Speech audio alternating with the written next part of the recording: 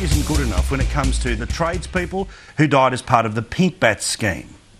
Now, we all know by now what happened. The Queensland coroner last week made a very clear determination that 3 of the 4 people who died should not have. And they should not have because they worked for companies that didn't do enough training, but also that the federal government, who was the reason why the companies were trying to get involved in the insulation game in the first place, under Kevin Rudd, under Peter Garrett, were going too hard.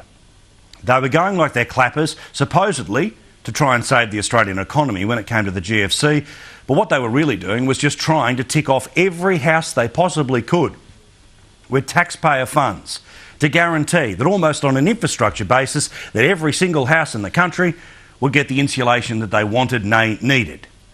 The problem is, of course, that we've all seen the apology of Kevin Rudd after 3 people died as a result of electrified roofs, 1 person dying as a result of excessive heat in those roofs.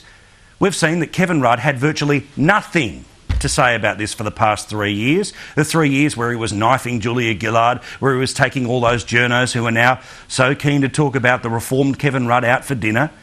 Well, he said nothing. He said nothing about it until it was the Queensland coroner who reminded us all, firstly, about this story, and secondly, about not just the knowledge, but the culpability of the federal government.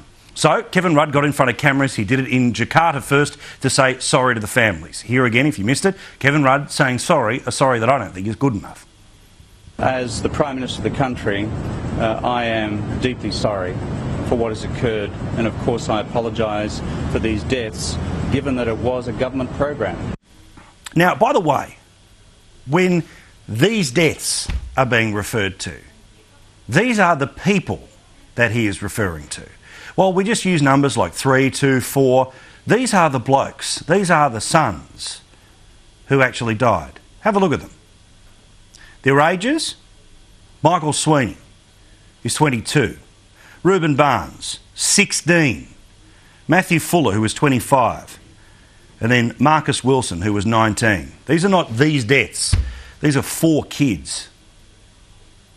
And the reason that sorry isn't good enough, Kevin, is because you were warned. Your office was warned. Your department was warned, not once, not twice, not 6, but 10 times.